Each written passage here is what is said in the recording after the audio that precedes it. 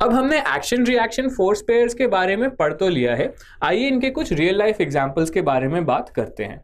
आपने एक फिश यानी मछली को पानी में तैरते हुए तो देखा ही होगा। वो अपने फिन्स की मदद से पानी को पीछे की तरफ धकेलती है। तो थर्ड लॉ ऑफ मोशन से हम कह सकते हैं कि जो पानी है ये भी फिश को आगे की तरफ धकेलेगा। इनफैक्ट जिस फोर्स के साथ फिश पानी को पीछे धकेलता है उसी फोर्स के साथ वो पानी फिश को भी आगे धकेलता है।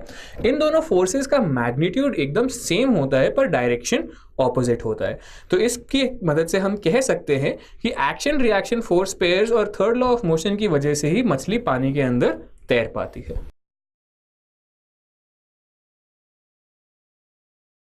आप लोगों ने कभी ना कभी एक रॉकेट को तो उड़ते हुए देखा ही होगा। ये रॉकेट जेट प्रोपल्शन को यूज करता है और इसकी मदद से बहुत हाइट तक पहुंच जाता है। ऐसा ये करता कैसे है? Simply third law of motion के बेसिस पे। जो रॉकेट का इंजन होता है वो खूब तेजी से बहुत गर्म गैसेस को अपनी अंडर साइड से पुश आउट करता है। तो ये गैसेस एक तरह से एक्शन फोर्स का काम करती हैं और ये एक्सपेल्ड गैसेस रॉकेट को ऊपर वाली डायरेक्शन में भी धक्का देती हैं, जिसको हम रिएक्शन फोर्स कह सकते हैं।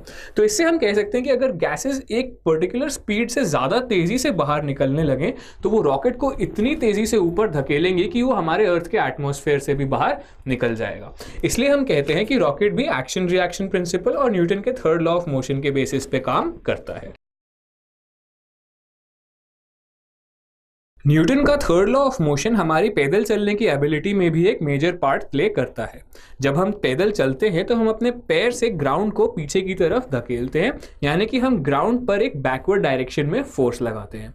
तो न्यूटन के थर्ड लॉ ऑफ मोशन के हिसाब से ग्राउंड भी हमारे पैर पर एक फॉरवर्ड डायरेक्शन में फोर्स लगाता है और इसी फोर्स की वजह से हम अपनी बॉडी को आगे ले जा पाते हैं।